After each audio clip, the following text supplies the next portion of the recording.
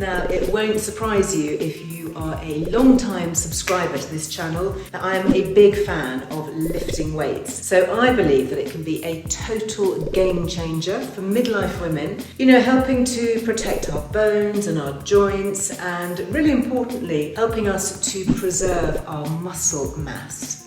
So this is what's going to keep us strong, you know, and just able to carry out our daily tasks with ease. So remember, that is why we work out, to be strong and mobile, not to be skinny.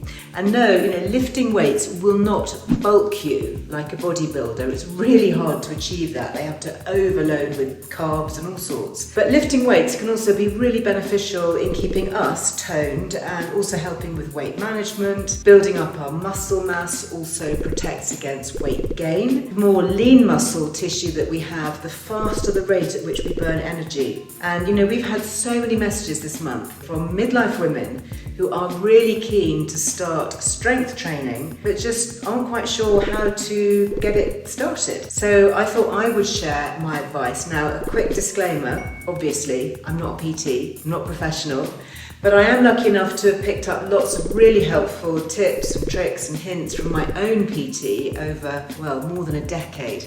And so what I'm going to do is share what I have learned and what works for me. If it works for me, hopefully it'll work for you too. So tip number one, start with light weights to avoid injury. You know, we get lots and lots of questions about what weight you should start with, but I'm afraid it is a personal thing and there isn't a one size fits all answer. It completely depends on how strong you are right now. So for me, I am currently using 6K dumbbells for bicep curls, and then 16 or 18 kilo kettlebells for weighted squats, one in each hand. But you know, be patient. You have to just progress slowly. If you're completely new to strength training, resistance bands are a good idea, or you could use a lightweight, you know, just 1 to 2 kilos, something little like this. So when picking a weight, though, keep in mind that you really should be able to maintain your form throughout the workout. You know, but those last few repetitions of each exercise should actually feel quite hard. So that's a simple way to gauge it, maybe. I know it's a bit of a wishy-washy answer, but you know, that's where adjustable dumbbells can be really helpful, because with these you can easily work out what is right for you, and then you just kind of up the weights as you go. So you can progress if you're working out at home in a really simple way. The other way you progress, of course, is just by increasing the number of repetitions that you do. And my next tip would be to get good guidance. You know, most gyms will offer a free introductory session with a personal trainer, and then you can use this session to get advice on your form and also to help you pick a weight to start. You don't need a PT all of the time though, but I do think that they are very helpful in getting you started. And you know, if you're working out at home, there are so many really good, helpful, free videos and tutorials right here on YouTube with some follow-along strength training routines aimed at beginners. So go look them up, check them out. These provide lots of really helpful information on your form and help you structure a workout.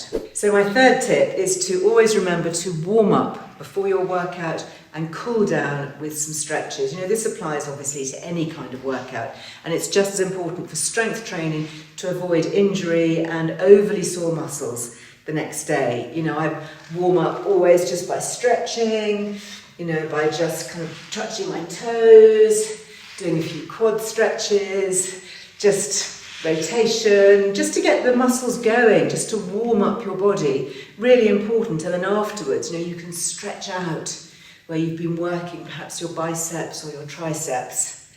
Ooh. And my final tip would be to remember the importance of recovery, letting our muscles rest and recover between our sessions. That's a really important part of the puzzle when building up our strength. So don't work out back to back, day after day. Make sure you include active recovery days within your week so that you're not just lounging around on the sofa, but you might just go for a walk instead, you know, and see that as part of your exercise day, not actually lifting weights. So I break up my workout routine into maybe a run one day, or an incline walk on my treadmill.